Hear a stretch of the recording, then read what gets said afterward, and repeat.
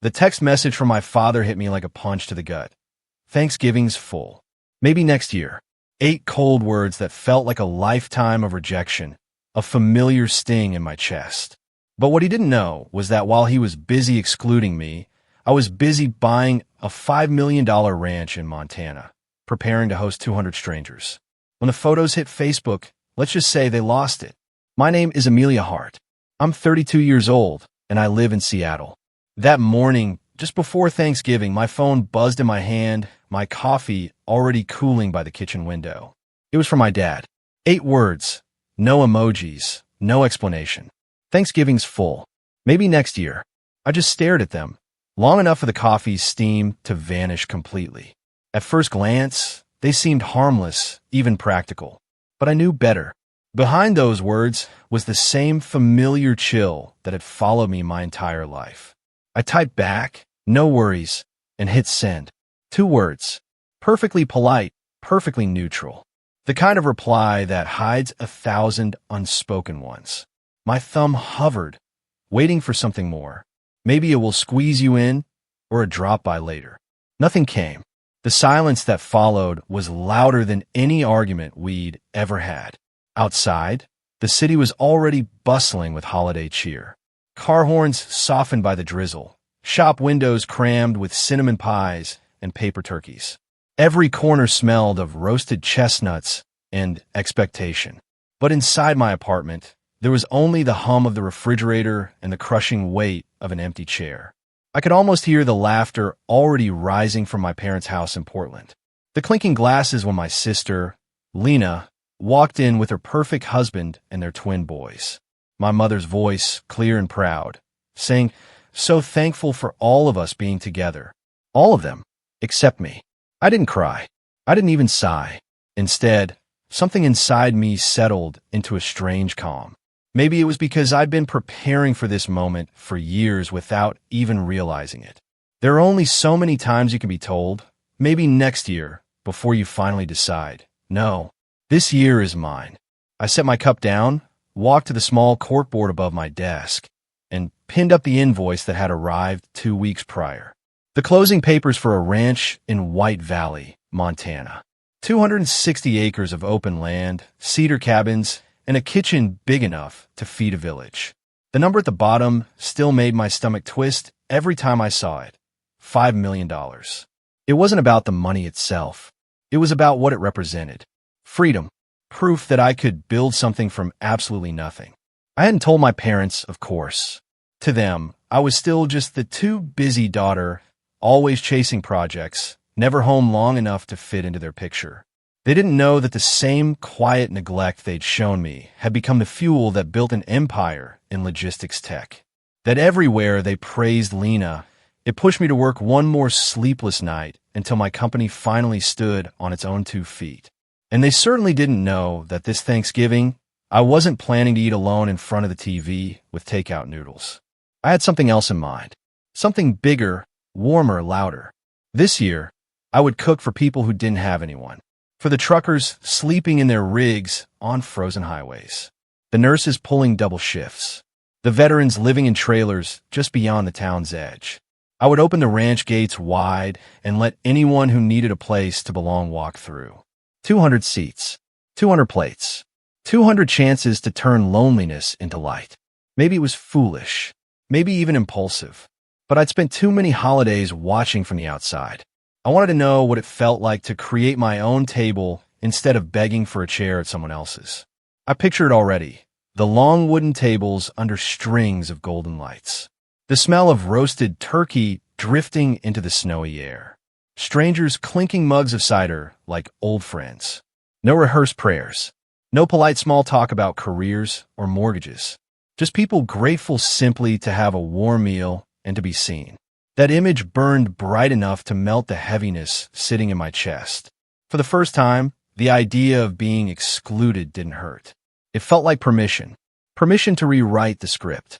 So, I texted my assistant a short message. Call the sheriff's office in White Valley. Ask about local shelters or anyone who needs a meal tomorrow. Then, another, find 10 more ovens. Overnight delivery, if needed. The replies came within minutes. The plan was already in motion. The ache that had filled me all morning shifted into focus, into purpose. Maybe that was what Thanksgiving was meant to be all along. Not about who invited you, but about who you decided to feed. I looked back at my father's message one last time before turning off the phone.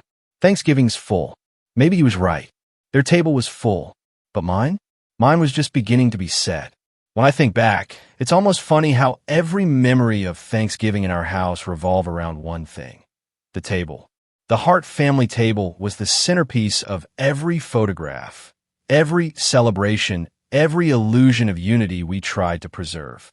But what those photos never showed was that behind the laughter and the polished silverware, there was always a smaller, foldable table in the corner. And that's where I sat. My chair was never quite steady, one leg shorter than the rest, covered with a leftover tablecloth that didn't quite match the rest of the room. At the time, I told myself it was fine. After all, the real table was crowded with adults, with Lena at the head of every conversation. I was just the quiet one who didn't mind helping out in the kitchen. I learned early that in our family, attention was a scarce resource, and it always flowed in one direction, toward my sister, Lena, the golden child. She was sunshine bottled into human form, at least in my parents' eyes. Straight A's, debate captain, homecoming queen, everything. When my father carved the turkey, he'd raise his glass and say something like, "We're so thankful for how hard Lena works for the bright future ahead of her." Everyone would clap, my mother's eyes glistening with pride, and someone would inevitably ask Lena about her college plans or her law internships. Then they'd turn back to their plates, satisfied that gratitude had been properly expressed. No one ever asked what I was thankful for or what I'd been working on. I was usually still in the kitchen, elbow deep in dishes, pretending the clatter of plates was enough company. I can still remember one year when I was 14. That was the year I decided to bake my first pumpkin pie from scratch. I'd spent hours measuring spices, rolling the dough, trying to make the crust perfect. The smell filled the whole kitchen, warm and sweet, and for once I felt proud. I carried it to the counter, careful not to drop it, waiting for my mother to turn around. When she did, she smiled faintly, then said, "Maybe we'll let Aunt Margaret taste that one first, honey. Just to be safe. Sometimes your recipes can be a little off." She didn't mean it cruelly. She said it the way people comment about the weather, casually, carelessly, but it landed like a stone in my chest. Everyone laughed softly, and the moment dissolved like sugar in hot tea. Later, I saw the pie sitting half-eaten at the edge of the dessert spread. No one remembered who had made it. That was how it always went. Every holiday blurred into a pattern of almost being seen, almost being praised, almost belonging. When I brought home a science fair ribbon in middle school, my father patted my shoulder and said, "That's nice, Amelia. You've always been so practical." The next day, Lena announced she'd been invited to a student leadership conference, and the whole family threw a dinner in her honor. I helped hang the gold banners that spelled, "So proud of you," pretending I didn't notice the irony. Christmas wasn't any different. I was the one who wrapped everyone's gifts and wrote their names in neat cursive on the tags, only to find that somehow there was always one missing under the tree. Mine. "Oh, I thought Dad was getting you something," my mother would say, and Dad would chuckle. "Well, make it up next year." It became our family joke. Next year. Always next year. The cruelest part wasn't the neglect itself. It was how normal it felt. My parents weren't monsters. They hugged me. They asked about school. They said they loved me. But love, when divided unevenly, can still leave one side starving. Every time they looked at Lena, there was pride and adoration in their eyes. When they looked at me, there was politeness. Warm enough to pass. Cold enough to burn. By the time I reached high school, I had learned the choreography of invisibility. I would clear plates before being asked, laugh on cue, fill the silences with small talk no one remembered. If guests complimented the table setting or the dessert, my mother would smile and say, "Lena helped pick out the colors." She never mentioned that I'd ironed the tablecloth, arranged the flowers, or stayed up late scrubbing stains from the silverware. It wasn't malicious. It was simply the hierarchy of attention that ruled our home. I used to think it was my fault, that maybe if I were louder, funnier, more impressive, I'd finally earn a place at the main table. But every attempt backfired. One Thanksgiving, I tried to join the adult conversation, sharing that I'd been accepted into an advanced computer science program at school. My father smiled vaguely, already looking toward Lena. "That's nice, honey," he said. "But have you heard? Lena's been nominated for student council president." The conversation turned instantly, and my words hung in the air, unfinished, unwanted. I excused myself to check on the pies. Somewhere along the way, I stopped trying. I built a world of my own, a quiet one, in the garage or the attic, wherever I could tinker without judgment. I liked machines because they were honest. They didn't play favorites. If something didn't work, you could fix it. If a wire broke, you could solder it back together. People weren't like that. Family wasn't like that. The older I got, the more invisible I became. When Lena graduated from college, there was a banner across the front porch, a catered dinner, a slideshow of childhood photos set to sentimental music. When I graduated, my mother posted a single picture on Facebook, a blurry snapshot with the caption, "So proud of both my girls." I remember staring at that word, both, wondering why it still felt like a consolation prize. Looking back now, I realized those years weren't just filled with neglect. They were rehearsals. Every forgotten pie, every empty seat, every maybe next year was teaching me something. How to survive without applause. How to build quietly. How to turn pain into fuel. That's why when my father's message came that morning, "Thanksgiving's full. Maybe next year," I didn't crumble. I'd been preparing for that sentence my entire life. It was just the latest verse in a story I already knew by heart. What they didn't know was that while they'd spent years deciding who deserved a seat, I'd spent those same years learning how to build my own table. And this time, no one was going to push me to the corner. By the way, if you're still with me and finding this story resonating, make sure to hit that subscribe button. More unbelievable stories of grit and unexpected triumph are coming your way.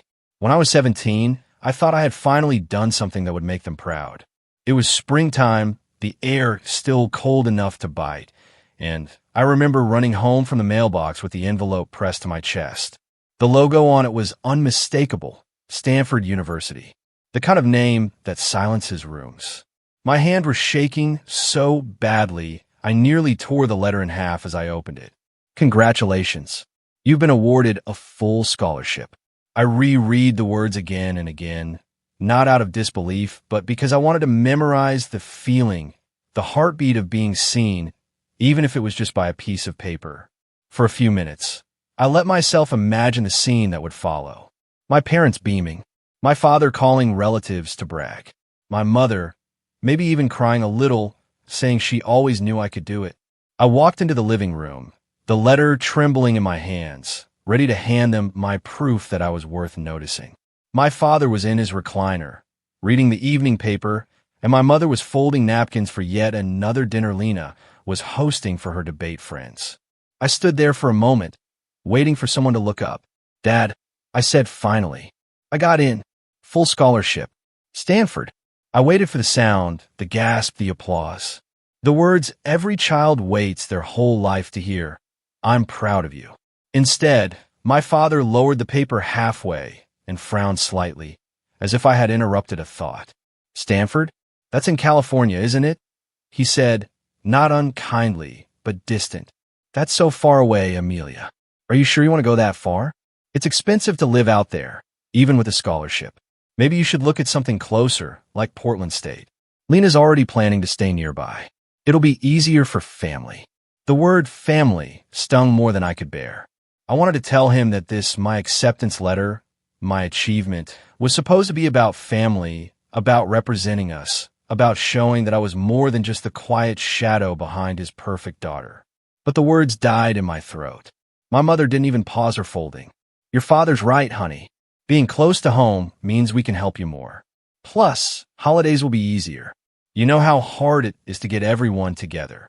She looked at me and smiled softly, the kind of smile that was supposed to feel warm, but instead felt like being gently erased. In the doorway behind them, Lena appeared, her hair tied in a perfect ponytail, holding a tray of lemonade. "What's going on?" she asked, eyes glinting with curiosity. My mother turned toward her immediately. "Your sister got accepted to Stanford," she said, but she's thinking about staying closer to home. Isn't that nice? Lena's eyebrows lifted, and for a moment, I thought she'd say something kind, something sisterly. Instead, she shrugged and said, "Yeah, that's probably smarter. College isn't all it's cracked up to be if you're far away from everyone." She turned back into the kitchen, and that was that. My triumph flattened into an afterthought. That night, I lay awake staring at the ceiling, the acceptance letter resting on my chest like a weight instead of a victory. I could hear Lena laughing with her friends downstairs. Her voice bright, easy, beloved. I wonder what it felt like to walk into a room and have everyone light up just because you were there. I'd never known that feeling. All I'd ever known was working twice as hard for half the applause. And even then, sometimes not even that. The next morning, I folded the letter carefully, slipped it into an envelope, and tucked it inside my desk drawer. I didn't mention it again. A few days later, my father casually told a neighbor, "Lena's looking at law schools already. She'll probably make partner one day."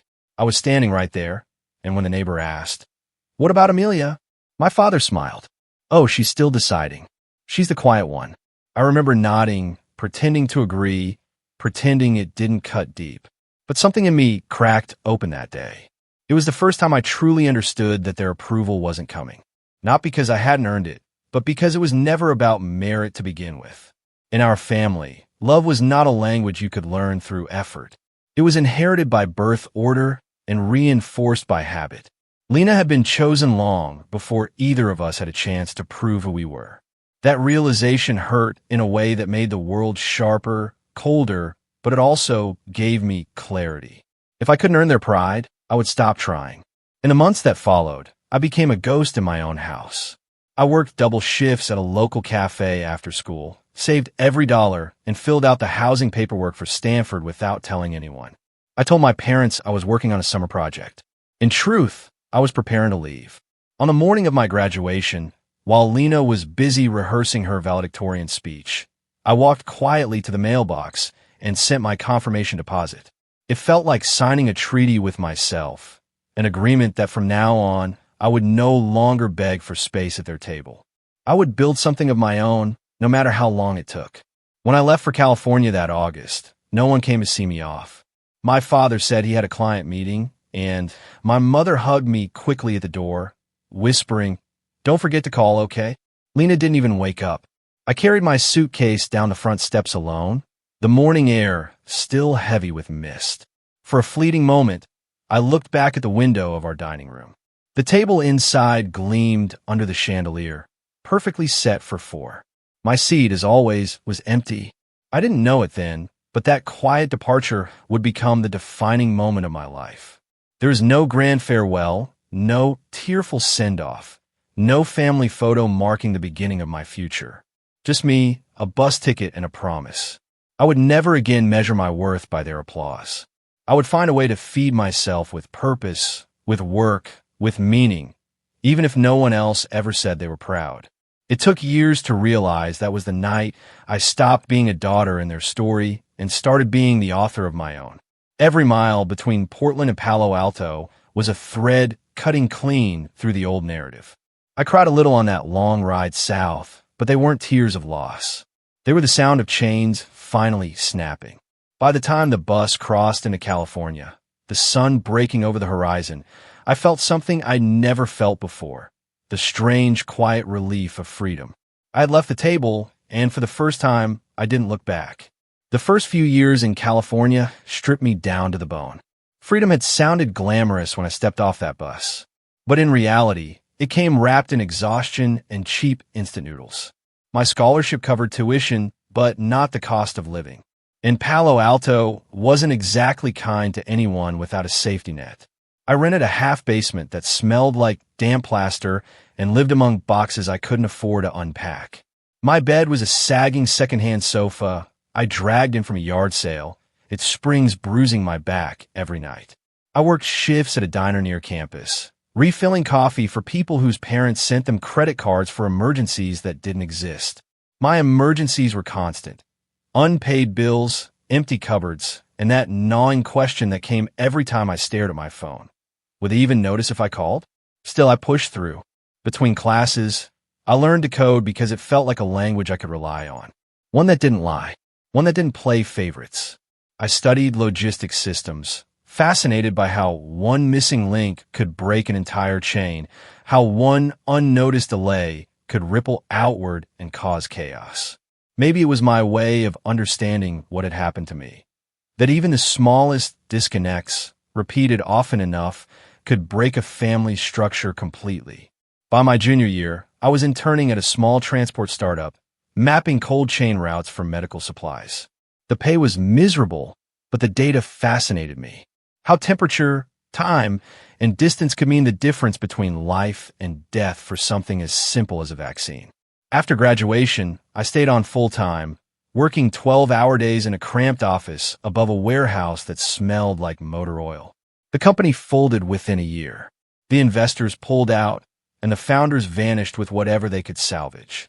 I was left with 2 unpaid paychecks and a head full of spreadsheets. But also an idea. I'd seen how inefficient the system was, how much food and medicine went to waste because no one was tracking the last mile. If I could build a platform that predicted bottlenecks before they happened, one that could reroute shipments in real time, maybe I could change something. It was a ridiculous idea for someone with no money, no backing, and no last name that opened doors. But I didn't care. I had lived off scraps before. At least this time, the hunger had purpose. I found 2 other dreamers. Mateo, a Cuban-American engineer who slept in his car between gigs, and June, a data analyst with a laugh like broken glass who'd been laid off from a bigger firm. We set up shop in an abandoned garage behind a laundromat. The landlord gave us a discount because he assumed we'd fail fast.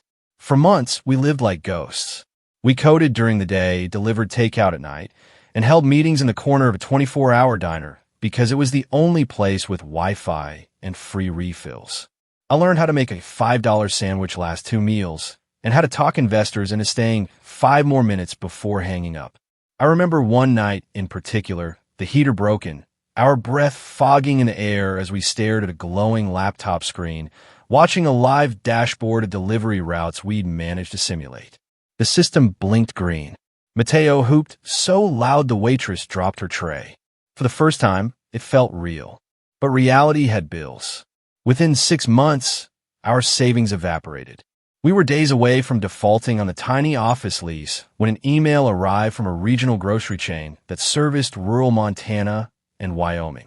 They were losing thousands of dollars each month due to spoiled produce on long hauls through the Rockies. They wanted to test our system. The contract was small, barely enough to cover rent and ramen, but it was a lifeline. I stayed awake for 72 hours straight, writing the code, building tracking dashboards, and configuring alerts that'd ping drivers if a truck's temperature spiked above threshold. When the test ended, their manager called and said, for the first time this quarter, nothing went bad. He wired the payment that afternoon. That one pilot changed everything. Word spread through regional networks faster than we could believe. A rural hospital in Idaho reached out next, asking if we could adapt our system for organ transport between clinics. Then came a pharmaceutical distributor in Nevada. Within a year, we'd built enough credibility to attract real clients and, for the first time, real employees. I was 24, running a company with 8 people.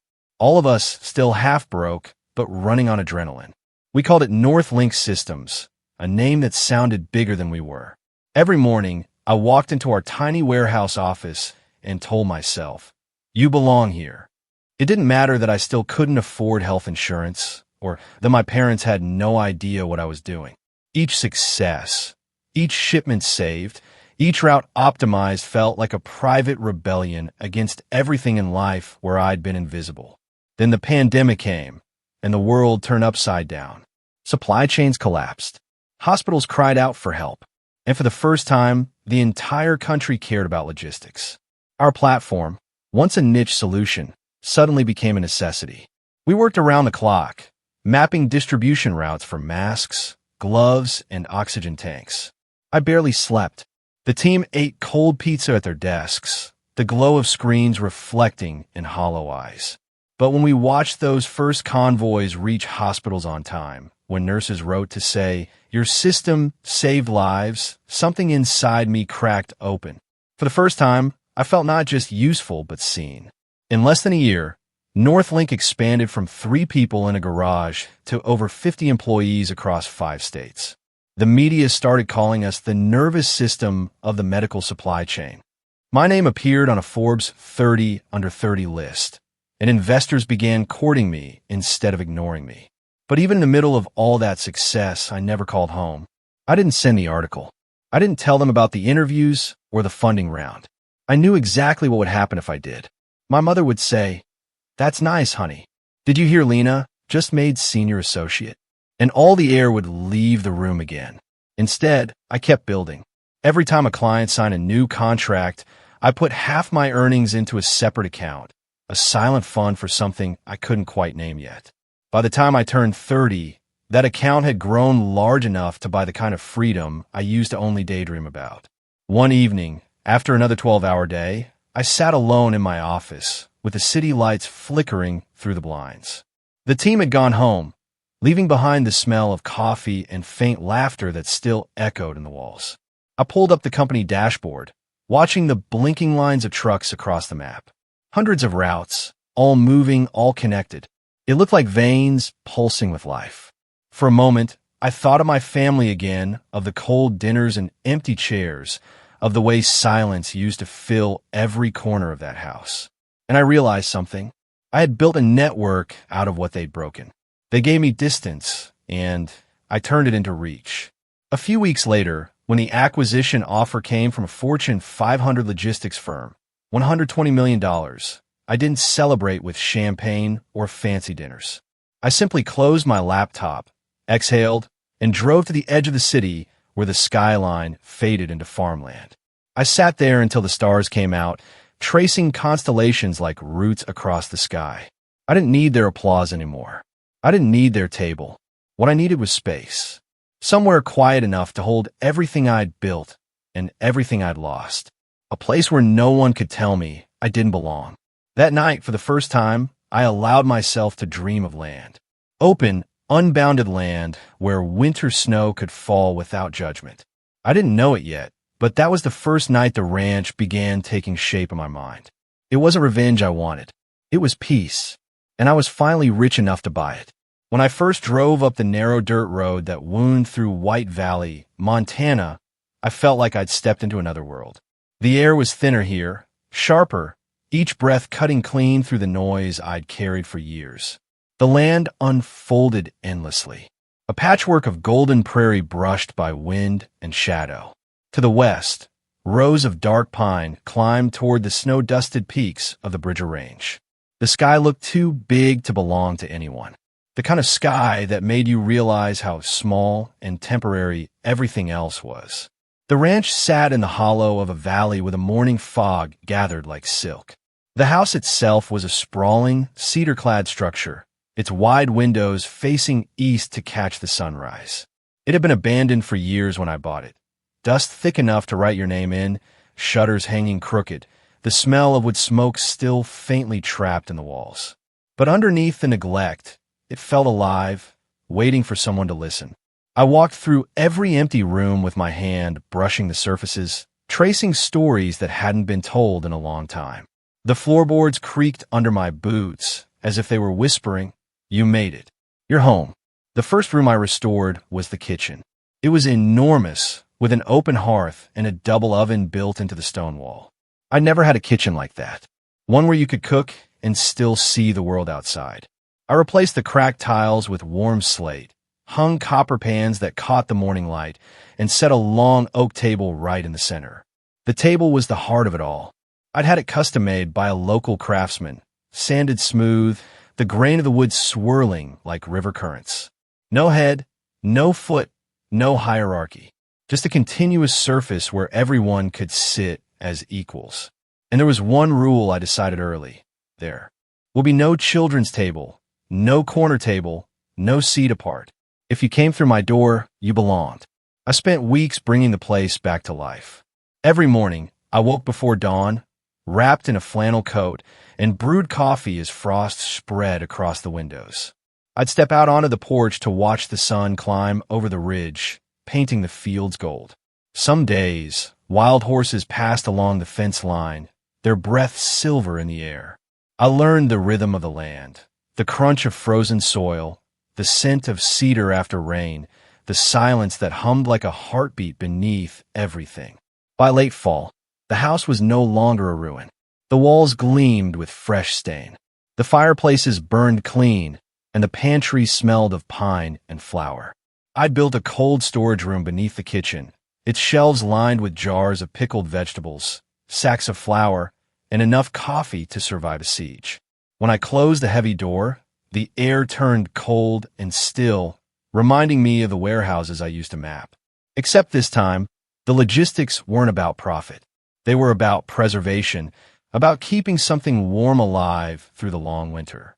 Outside, I strung maple leaf banners across the porch beams, their deep reds and ochres fluttering in the wind. They weren't decorations. They were promises to fill this place with life again, to turn the hollow echo of solitude into something sacred. Every nail I hammered, every log I stacked, every plate I placed on that oak table was a quiet act of defiance against the years I'd spent waiting for permission to belong. I remember the first night I slept there alone. The fire crackled low, shadows dancing along the cedar walls. I sat at the table with a simple meal, bread, soup, and wine, and listened to the storm outside. There's no music, no laughter, no clinking glasses. And yet, I felt surrounded by something larger than company. Maybe it was peace. Maybe it was the ghosts of every past Thanksgiving I'd missed, finally finding their way back home. I caught myself whispering into the quiet, "If they won't make a place for me, I'll build the whole table myself." From that moment, the ranch became more than property. It became a declaration. Each space held meaning. The kitchen was warmth. The porch was reflection. The long table in the center was justice. I placed a single hand-carved chair at the far end, not as a throne, but as a symbol. On its back, I etched the words, "For the one who felt unseen." It wasn't just for me. It was for anyone who had ever been left standing in a doorway while laughter carried on without them. I hired local carpenters to help restore the barn and turn it into a communal hall. They asked what I planned to do with so much space, and I smiled, saying only, "I'm saving it for something important." At night, I'd walk through it with a lantern, the beams glowing amber above me, and I could already picture what it might become: a refuge, a place where stories could breathe again. Sometimes neighbors from the nearest town stopped by, curious about the woman who bought the old White Valley property. I'd invite them in for coffee, and we'd sit by the window talking about weather, harvests, and the long winters ahead. They told me how the valley used to host potlucks decades ago, when people still gathered just to share food and warmth. "It's been quiet since then," one elderly man said. "Too quiet." I smiled and said, "Maybe it's time we bring that back." Even as there was a peace in the rhythm of rebuilding, cutting firewood, sweeping sawdust, hearing the echo of hammer against nail. My hands, which had once typed endless strings of code, now smelled of cedar and resin. I was relearning how to create without a deadline, without anyone watching. Every day ended the same way. Me sitting on the porch steps, watching the sun sink into the prairie, the air turning lavender and cold. And in those quiet hours, the ache of all the years I'd spent chasing approval began to dissolve. One evening, as the first snow started to fall, I lit every lantern in the house and walked room to room. The light flickered across the wooden beams, the tables, the jars of preserves, the simple plates stacked neatly in the cupboards. The house no longer felt empty. It felt ready. It was waiting just like I had been for the right moment. That night, I wrote a single sentence on the chalkboard in the kitchen: "If they don't make room for you, build your own table." It wasn't bitterness that guided my hand. It was understanding. This place wasn't about revenge anymore. It was about reclamation. For years, I had lived small, so no one would accuse me of taking up too much space. But this ranch, with its long table and open doors, was the proof that I was done apologizing for existing.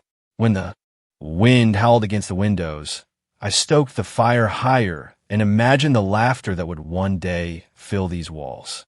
Not polite, rehearsed laughter, but the kind that spills over and warms everyone within reach. The table gleamed in the firelight, wide enough to hold the weight of everything I'd lost and everything I'd found. In the silence, I raised my glass toward the empty chairs and whispered, "Here's to the ones who never got a seat. This table is for you." The text from my father had been brief. 8 words that fit neatly inside a single line. Thanksgiving's full. Maybe next year. At first, I reread it twice, thinking there had to be a missing sentence, a follow-up, something soft to cushion the blow. But no, that was it. Cold, factual, final. The kind of message you send when you want to close a door without looking heartless. I stared at the screen for a long moment, the light flickering against the reflection of the ranch window, snow falling just beyond the glass. Then I typed back a single word, "No worries." I hit send before I could feel anything. But the truth was the words settled in my chest like frost. The next morning, as I sat with my coffee on the porch, watching fog curl through the pines, something in me began to question it. Full. Full of who exactly? We didn't have a massive family, even counting aunts and cousins. Thanksgiving never needed a waiting list. I tried to tell myself maybe they were keeping things small. Maybe it wasn't personal. But the ache of familiarity said otherwise. I knew the pattern too well. Simplify the guest list. Leave me out. Justify it later. I scrolled through my phone, hovering over my younger brother's name, Ethan. He wasn't cruel, just compliant, always too eager to please the people who had made him their second favorite. He was the middle ground between golden and forgotten, though he leaned heavily toward her light. I pressed call. He picked up after 3 rings, his voice too casual, like he'd been expecting this. "Hey sis, everything okay?" "Yeah, I lied. Just wanted to check. Are you guys really not having Thanksgiving this year?" Dad said it's full. Silence stretched on the line for a moment. Then came a soft sigh. "Oh, he said that." "Yeah, he did." Ethan exhaled again, slower this time. "Well, they're having it just smaller. To keep it simple. Lena's family's coming up from Seattle, so it's mostly them, plus Mom's sister and a few of Lena's friends. So it's full," I said flatly. He hesitated. I guess that's one way to put it. For a few seconds, neither of us spoke. The sound of the Montana wind filled the silence, a low howl pressing against the phone speaker. "What about Aunt June?" I asked finally. "Grandma? They're not invited either," Ethan admitted. "Dad said it'd be too crowded." He paused. "I think they're kind of letting Lena handle the guest list this year. You know how it is." I did. I'd known how it is since I was old enough to count chairs around the dining table. "Thanks for being honest," I said quietly. "And don't worry, I won't make it awkward." "Amelia," he started, but I ended the call. I didn't want pity, not even from him. I sat there for a long time, staring at the snow-covered hills beyond the fence line. The sky was pale gray, the kind that looked almost white until the sun broke through. It reminded me of all the Thanksgivings past. Me at the foldable table in the corner, the overflow seat, while my sister carved the turkey under the glow of chandeliers, and everyone toasted to her latest success. That ache had once hollowed me out. But now, in this vast, quiet land, the pain didn't echo. It transformed. I realized something in that stillness. I didn't need to fight for a seat anymore. Eye on the table. I pulled out my notebook and flipped to a blank page. At the top, I wrote one line. Thanksgiving at White Valley Ranch. Open table. Then underneath, in smaller letters, goal. Feed 200 people. Not guests. Not family. People. Anyone who needed warmth, food, or a reminder that they still mattered. I would fill this valley with laughter and clinking plates, with music and gratitude. I would give them the Thanksgiving I never had, the kind that saw everyone. Within hours, I was on the phone. The first call went to Sheriff Collins, the local officer who'd helped me once when my fence collapsed during a storm. "Sheriff, I'm hosting an open dinner at my ranch this Thanksgiving. For anyone who doesn't have a place to go, I'll cover everything. Food, transport, staff, supplies." There was a pause before he said, "You're serious?" Completely. His voice softened. "I know more people who need that than you can imagine. I'll spread the word." Next, I called the community church in town. Pastor Ruth answered, her voice warm and worn like old leather. When I told her my plan, she went silent. And for a moment, I thought she was about to tell me it was impossible. But then she laughed softly. "Bless your heart, child. I've been praying for something like this." I'll announce it this Sunday. After that came the food bank, the veteran chapter, the local hospital, and even the small radio station that broadcast through the valley. I told each of them the same thing. If you know anyone at all, who needs a meal, send them here. No questions, no judgment, just bring them. The responses were immediate and overwhelming.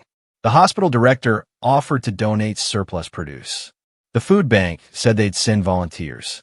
Even the truck stop diner on Route 89 called back, saying a few drivers wanted to lend their hands to set up tables. That night, I sat at my oak table with the phone still buzzing beside me, a spiral of excitement and fear twisting in my chest.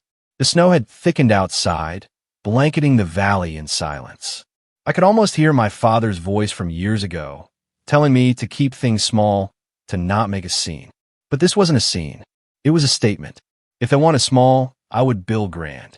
If they wanted exclusion, I would build inclusion. And if their table was full, then mine would have room for everyone else. As I blew out the candle that night, a strange peace settled over me. Not the kind born of forgiveness, but of clarity. I wasn't waiting for them anymore. I was done measuring my worth against their empty chairs. This year, Thanksgiving wouldn't be about being left out. It would be about letting everyone else in. The next morning, I woke before sunrise to the kind of silence that only exists in the Montana Highlands. A stillness so pure it makes you afraid to breathe too loudly. The snow had stopped during the night, leaving the world outside the ranch blanketed in untouched white. But inside, the day was already stirring. My plan was no longer an idea scribbled in a notebook. It was happening, and it was happening now. By 6 a.m., the kitchen lights blazed like the heart of a ship. The sound of pots clanging, knives slicing, and laughter bouncing off the cedar walls filled the air. I'd expected maybe a handful of volunteers, but by dawn, more than 20 people had arrived. There was Margaret, the retired chef from Bozeman who used Decatur Mountain weddings, now rolling out pie crusts with a steady hand. Tom, a local rancher whose cattle grazed 2 valleys over, came with his teenage sons and a pickup truck full of firewood and potatoes. Elena, a nursing student, showed up straight from her night shift, still in scrubs, her eyes tired but glowing. "Couldn't miss this," she said simply as she grabbed an apron. We divided the work like an orchestra tuning before symphony. Margaret and I took charge of the main courses. 8 turkeys, each stuffed with herbs, garlic, and lemon, trussed neatly and slid into the double ovens that filled the kitchen with the scent of rosemary and butter. The ovens roared softly, like warm beasts awakening. On the long counter, we peeled and mashed 60 pounds of potatoes, their steam clouding the windows. Someone whisked gravy in a giant copper pot, while a group of high school students tackled the green bean casseroles and cranberry relish, laughing every time something spilled. I heard someone say, "This feels like home," and I almost had to step away for a second. The cold storage room, which I had stocked weeks earlier, turned into a command center of generosity. Donations began arriving faster than I'd imagined. Crates of carrots, bags of onions, sacks of flour, and even extra turkeys from a nearby farm. The door swung open constantly as volunteers carried boxes in and out, stamping snow off their boots. The local bakery dropped off dozens of loaves of bread, still warm, and a truck driver from Billings arrived with a cooler full of fresh milk, saying, "Figured someone might need it more than me this week." I stood there in the middle of it all, the chaos, the heat, the scent of cinnamon and roasted herbs, and realized how strange it felt to finally be part of a family, even if this one had been built entirely from strangers. By noon, we had 40 pumpkin pies lined up along the counter like orange suns, their golden crusts flaking under the touch of air. In a corner, 2 volunteers simmered apple cider with cloves and cinnamon sticks, the aroma swirling through every doorway. The ranch, once quiet and solemn, had become alive, every room pulsing with motion and laughter. I made sure the kitchen stayed open to everyone. No doors closed, no curtains drawn. From the great hall, you could see the volunteers cooking, their hands moving quickly, sleeves rolled up, faces flushed from the heat. I wanted it that way. I wanted everyone who came later to see the people who made the meal, to understand that the warmth on their plate came from hands and hearts, not charity. In a grand hall, I began setting up the dining space. The long oak table, sanded and polished, stretched across the room like a wooden river. It could seat 100, but I ordered 2 more tables to be brought in from the barn, forming one continuous stretch of connected surfaces. No separation, no smaller tables tucked away. I had learned enough from my own life to know how painful it felt to be placed somewhere else. Here, everyone would sit shoulder to shoulder. We laid out table runners made of burlap and dried maple leaves. Down the center, I arranged glass lanterns with flickering candles and small pumpkins donated by a nearby farm. The walls were draped with handmade garlands, red, amber, and gold leaves strung together with twine by children from the local school. Near the fireplace, I placed a large wooden board with the words, "What are you grateful for?" burned into its surface. I left a basket of paper slips and pencils beneath it so guests could write something, anything, and pin it up. On a smaller table near the entryway, I arranged gift boxes of wool socks, knitted hats, scarves, and gloves collected from neighbors. Each item was tied with a simple tag that read, "Take one. Winter's better when we're warm together." Next to the basket sat fuel cards, blankets, and a small jar labeled "Coffee Fund for Drivers." People kept adding to it, slipping bills inside quietly when they thought no one was looking. Music began to fill the hall. Eli, a local guitarist, had brought his fiddle-playing daughter. They tuned softly at first, then began playing an old country hymn that melted into something lighter, a melody that wrapped itself around the clinking dishes and low hum of conversation. The sound of the fiddle climbed and dipped, echoing like laughter carried by the wind. Children, who had come with their parents from town, sat on the rug near the fire, coloring maple leaves cut from paper, their crayons rolling across the floor. And then came the symbol that mattered most. Right beside the fireplace, where the warmth reached everyone, I placed a single chair. It wasn't fancy, just an old wooden armchair I'd found in the barn, cleaned and sanded smooth. Across the back, I'd carved a phrase with my own hand, "For the one who felt unseen." I didn't explain it to anyone, but the volunteers seemed to understand. They glanced at it, nodded quietly, and left it empty. It stood there as a reminder that there was always a place here for those who had none. As the day wore on, the ranch transformed into something almost cinematic. Outside, the snow kept falling, soft and steady, blanketing the fence posts, the pine trees, and the long drive leading up to the porch. Inside, the fire blazed high, and every surface glowed with the amber of candlelight and roasting turkey. People moved around each other gracefully, carrying trays, pouring cider, adjusting decorations. The energy was contagious, a kind of quiet joy born from doing something good together. Around 3 o'clock in the afternoon, I stepped outside to catch my breath.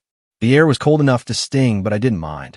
From the porch, I could see smoke curling from the chimneys, the windows glowing gold against the gray sky. The snow crunched under my boots as I looked out across the valley. For the first time in years, I didn't feel alone on Thanksgiving. I felt grounded, tethered to something bigger than hurt. When I went back inside, Margaret was standing by the oven, wiping her brow. "Everything's almost ready," she said. "You better change soon. You look like you've been running a marathon." I laughed. It feels like one. In truth, I didn't care about appearances. My hair smelled of butter and smoke, and my sleeves were dusted with flour. But I'd never felt more myself. Around me, voices overlapped, people calling out instructions, laughter breaking through like bursts of sunlight. A boy of maybe 8 years old came up to me, holding a tiny slip of paper. "Can I pin this?" he asked, pointing to the gratitude board. "Of course," I said, kneeling to help him. He stuck it near the top, smoothing the paper with his small hand. In shaky handwriting, it read, "I'm thankful someone remembered me." I didn't say anything. I just smiled and stepped back, letting the warmth in my chest spread slowly outward until it hurt.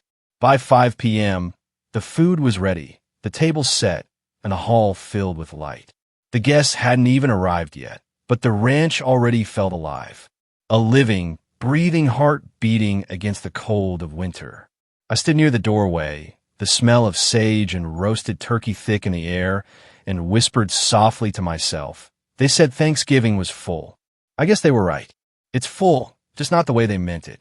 The moment made me laugh quietly, but my throat tightened all the same. For years, I had wanted to be seen, to be acknowledged.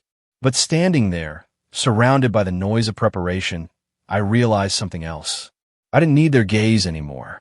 The love I had been searching for wasn't locked in some unreachable table in Portland. It was right here, in the steam of mashed potatoes, in the hum of volunteers laughing over spilled gravy, in the soft chords of a fiddle echoing under the rafters.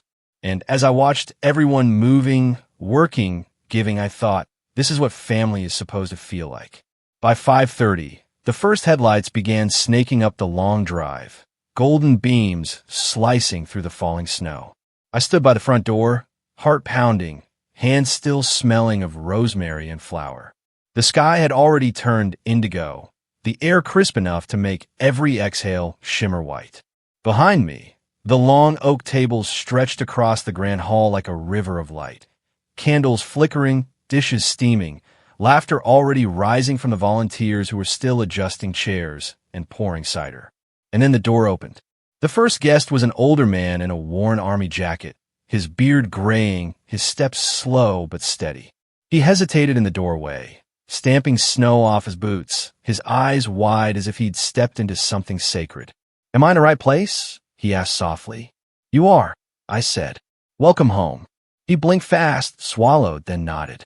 Behind him came more, a young mother clutching a toddler wrapped in a blanket, two nurses still in scrubs, a trucker with windburned cheeks, a couple in their 70s holding hands, and a group of ranch hands who looked like they hadn't had a home-cooked meal in weeks. They kept coming, dozens of faces, some smiling shyly, some unsure if they truly belonged here. And each one, as they crossed the threshold, seemed to shed something heavy. By 6, the hall was full. 200 people. The noise was gentle at first. The sound of coats being hung, chairs scraping, introductions murmured. And then it began to grow. A low hum of voices filled the space like warmth returning to a frozen house. The band in the corner struck the first note, the fiddle dancing softly above the crackle of the fire. I walked between the tables, greeting people, refilling drinks, making sure no plate stayed empty. Everywhere I looked, there were faces. Some lined with age, some young and nervous, some brightened by relief. The food vanished quickly, but it didn't matter. Every time a tray emptied, someone appeared with more. The veteran, the first man who'd walked in, sat near the center of the long table. His name was Frank, and he carried himself with that quiet dignity you see in people who've lived through too much. When I stopped by to check on him, he smiled faintly, his hands wrapped around a mug of cider. "You know," he said, his voice gravelly, "this is the first time in 10 years I've had Thanksgiving with anyone." The table fell quiet around him. The music softened. Forts paused midair. 10 years, I repeated. He nodded, looking down at his plate. "My wife passed in 2013. After that, the holidays, they just stopped meaning much. I used to buy a frozen dinner, heat it up, sit by the TV. But tonight," he stopped, clearing his throat. "Tonight, it feels like I got her back for a while." No one spoke for a few seconds. Then someone at the far end began to clap. Slow, deliberate, heartfelt. It spread like wildfire. Within moments, the entire hall erupted in applause. Frank tried to wave it off, his cheeks flushed, but he couldn't hide the tears that caught the candlelight. "Don't clap for me," he said with a watery smile. "Clap for her. She'd love this place." And just like that, the sound turned into laughter, the kind that fills a room with something more than noise. It felt like every scar in the air had softened.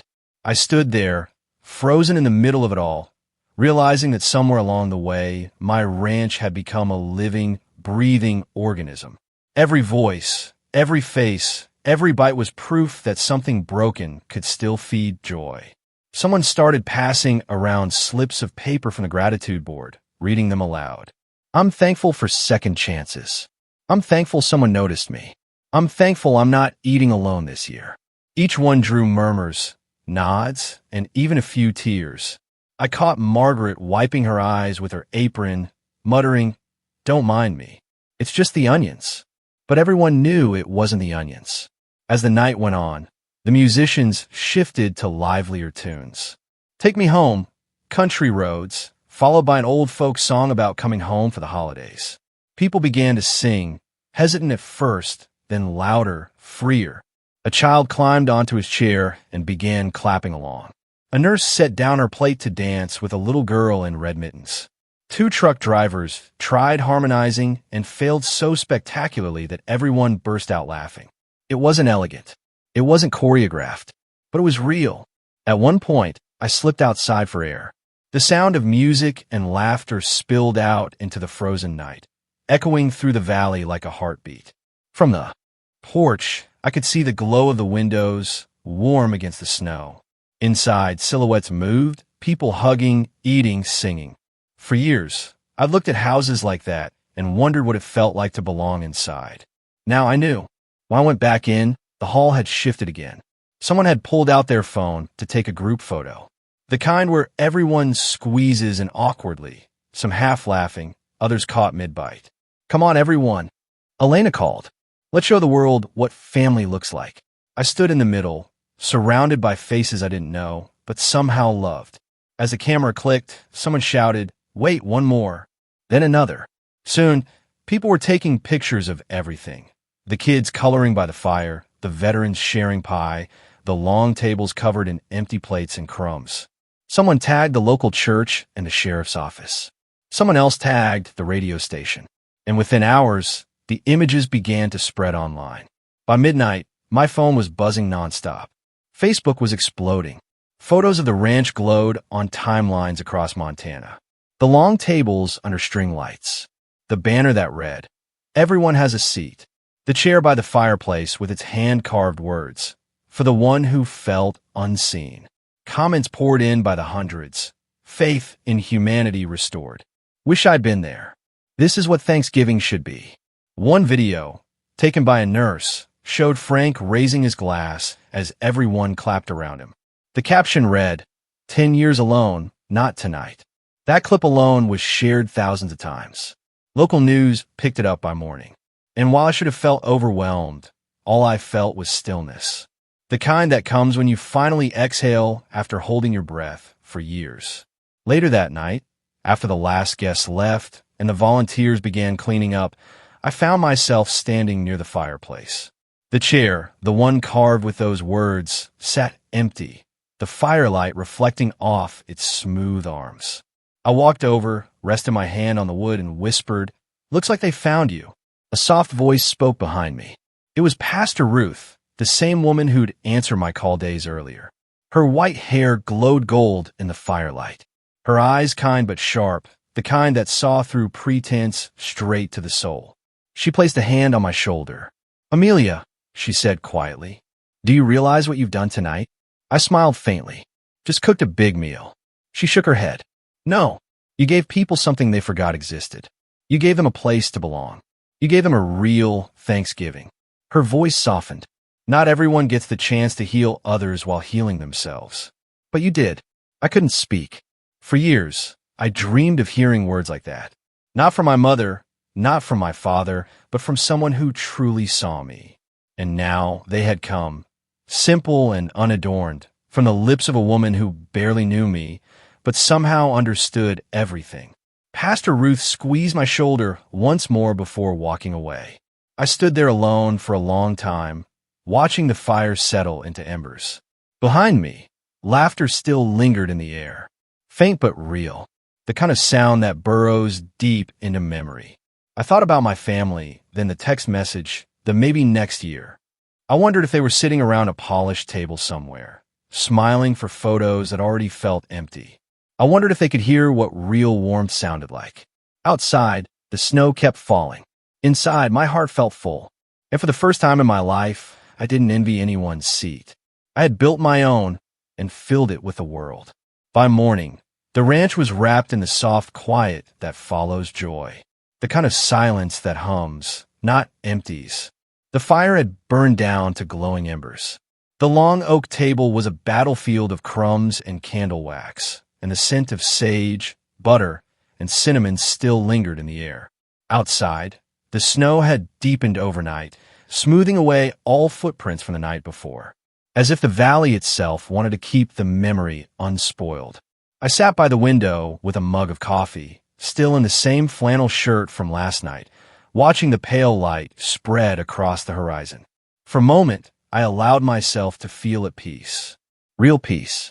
The kind that doesn't need approval to exist. But it didn't last long. My phone started buzzing on the table. Once. Twice. Then again, faster. A flood of notifications. At first, I thought it was more Facebook messages about the dinner.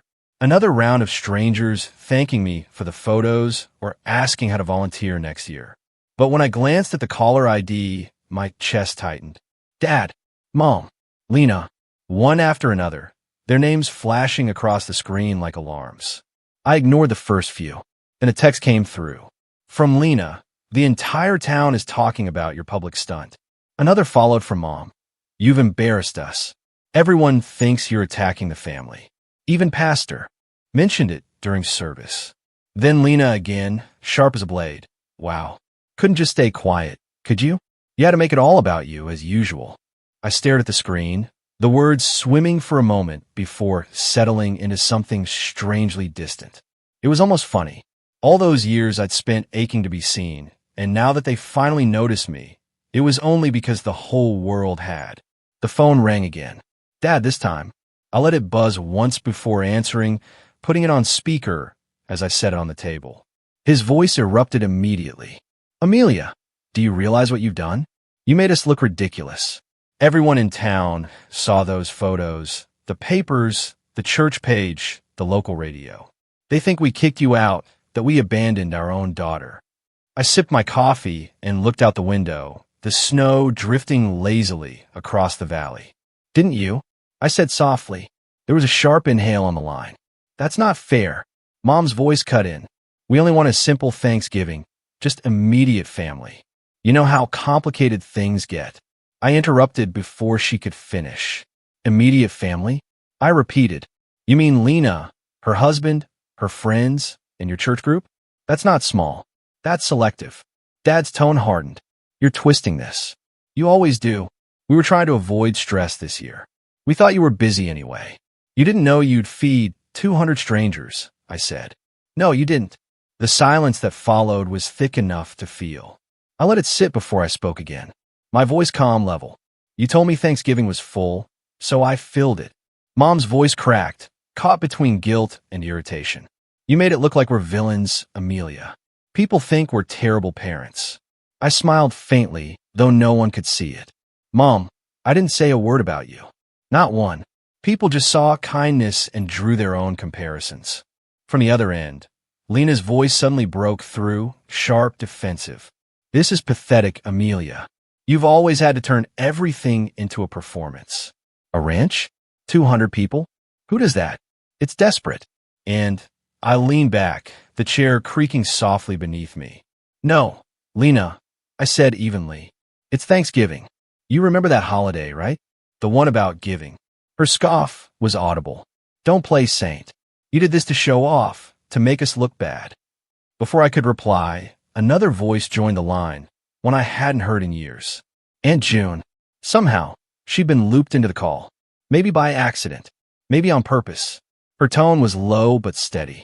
Each word landing with the kind of quiet force that makes everyone else stop talking. Enough, she said. You've spent years setting one child on a pedestal and pretending the other was fine being invisible. Now that the world finally saw her, you're angry because it wasn't on your terms. June, this isn't your place, Mom began. But Aunt June didn't let her finish. It became my place the moment you made the table smaller and smaller until half this family had nowhere to sit. She said, For years, I watched you tell Amelia to be grateful for scraps of attention while you threw banquets in Lena's honor. And now she's built her own table, not just for herself, but for others, and you're upset because it makes your silence look loud. No one spoke. Even Lena, usually ready with a comeback, stayed quiet. The only sound was the faint crackle of the fire in my stove. Aunt June continued, her voice softening but never losing its edge. Do you know what I saw when those photos came up on my feed? I saw light warmth, laughter. I saw people who had nothing come alive again. And I thought, finally, someone in this family remembered what Thanksgiving is supposed to mean. Dad exhaled, his voice trembling with restrained anger. You don't understand the pressure we're under, June. People talk.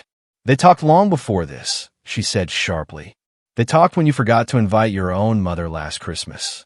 They talked when Amelia graduated and you left early to catch Lena's award dinner. You spent your life managing appearances while she's been building substance. And now that substance is shining brighter than your decorum, you can't stand it. Her words hung in the air like smoke. For once, I didn't feel like the one defending myself. I just sat there, letting her truth do what my words never could, cut through the noise. Finally, I said quietly, Dad, Mom, you told me Thanksgiving was full. And it was. It's just that this year, it was full of the right people. Dad tried to speak again, but his voice faltered. You made us look human. I offered. Flawed? Maybe that's what we needed. Another long silence. Then the line went dead. I stared at the phone for a few seconds, waiting for the familiar ache of guilt to settle in. That old instinct that used to make me apologize for existing. But never came. Instead, I felt something close to peace. When I checked Facebook later that afternoon, the post had gone viral beyond anything I'd imagined. People were tagging the ranch in their stories, writing captions like, if your house doesn't have space, Montana does. Thanksgiving done right. Proof that family isn't blood, it's who shows up.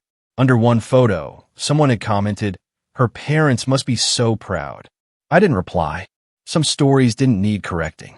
The truth was already clear in the warmth of that one picture. The long table glowing in the firelight. The old veteran smiling. The carved chair by the hearth, still empty, but never lonely. For once, I didn't need to explain myself. The world had already understood. The call stopped after that night. No more angry messages. No more half-hearted explanations. Just silence, wide and clean, like the snow that blanketed the valley the next morning. I let it stay that way. I had nothing left to defend. What was done had already spoken louder than any argument could. Within days, the aftermath of that dinner rippled far beyond Montana. My inbox filled with messages, hundreds of them. Truckers wrote to say they'd passed through the valley and never forgotten the smell of apple cider on the wind. Nurses sent photos of their teams wearing the scars we'd handed out, with captions like, Best Thanksgiving ever. One message came from a small town in Wyoming. You inspired us. We're doing our own open dinner next year. Even a local paper ran a headline that made me laugh out loud. When one door closed, she built a table. And then there were the gifts. Not the kind wrapped in bows, but gestures that carried weight. The Veterans Association called to ask if they could co-host next year's event. We'll bring the grill trucks, the director said. You bring that spirit of yours. A neighboring farm offered to donate steer. Another promised fresh vegetables from their winter greenhouse. A group of students wrote that they wanted to volunteer every Thanksgiving break. It was as if that one night had unlocked something buried deep in people. The hunger to belong, to give, to be part of something good. I spent the following week cleaning up the ranch with the volunteers who still dropped by after work. The snow never let up, but no one complained. There was a strange joy in sweeping, mopping, stacking chairs, as if tidying up meant preserving the memory itself. Every time I picked up a candle or folded a linen, I could still hear the echoes, laughter, clinking plates, the soft murmur of voices saying, thank you. But one evening, when the hall was finally quiet again, I sat at the head of the long oak table and realized something was still unfinished. Not anger, not anymore, just something left unsaid. A final thread hanging loose. I thought of my parents, of the years I'd spent shrinking at that kid's table, of the 1,000 unspoken words that had lived in my chest since I was 14. Maybe it was time to let them out. So the next weekend, I sent a simple text. Dinner, just us. Sunday, 6 p.m. No explanations. No expectations. When the doorbell rang that evening, I almost didn't open it, but I did. And there they were. Dad in his old wool coat. Mom clutching her purse like a shield. Their faces were careful, polite. I led them in without ceremony. No cameras, no volunteers, no long tables. Just the three of us at a small kitchen counter, 2 bowls of stew steaming in front of them. For a while, no one spoke.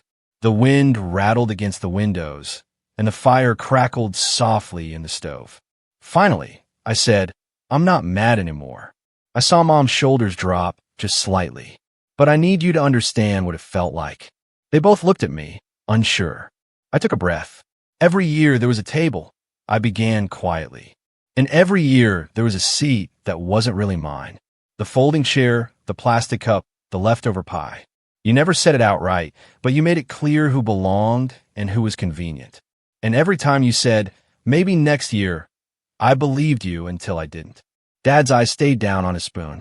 "Amelia, no, I said softly. "You don't have to justify it. I just need you to hear it." There was a long pause, broken only by the sound of the fire. Finally, Dad looked up. His voice was low, almost tired. Maybe I didn't see it. I thought keeping things easy meant keeping peace." Mom's voice followed, thin but trembling.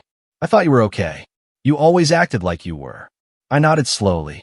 That was the problem. I learned early not to make noise, not to make space, so I built one instead. For a while, none of us spoke.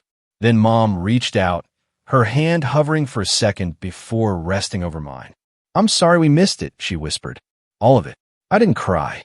There wasn't any anger left to burn through. Just a quiet understanding. Imperfect, fragile, but real. We weren't fixing the past that night. We were acknowledging it. And maybe that was enough. When they left later, Mom lingered at the door, looking out over the snow-covered valley. "It's beautiful here," she said softly. "Peaceful." I smiled. "It's home." She nodded, her eyes glassy. "You made something good, Amelia." After they drove away, I stood for a long time, watching the taillights fade into the dark. The ranch fell silent again, but it wasn't the lonely kind of silence anymore. It was the kind that holds space, like a deep breath before the next beginning. The following week, I hung a new sign over the barn door.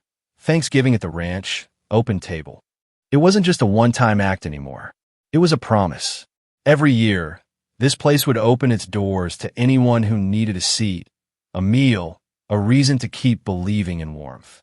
Volunteers began messaging months in advance asking for shifts.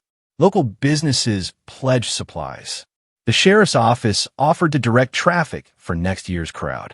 What started as an act of quiet rebellion had turned into a tradition, one that belonged to everyone. And every year since, when the snow starts falling and the lights return to the valley, that same long oak table glows again with candlelight and laughter. People come from miles away. Veterans, nurses, truckers, families who can't quite make ends meet. Even neighbors who just want to share something true. No one asks who you are. No one cares who you're not. Everyone just sits down and eats. Sometimes I still get messages from strangers who saw those photos long ago. "You change how I see Thanksgiving," they write. And every time I smile, because the truth is simpler. They change me. So if you're watching this, wherever you are, tell me, what are you thankful for this year? And where are you watching from?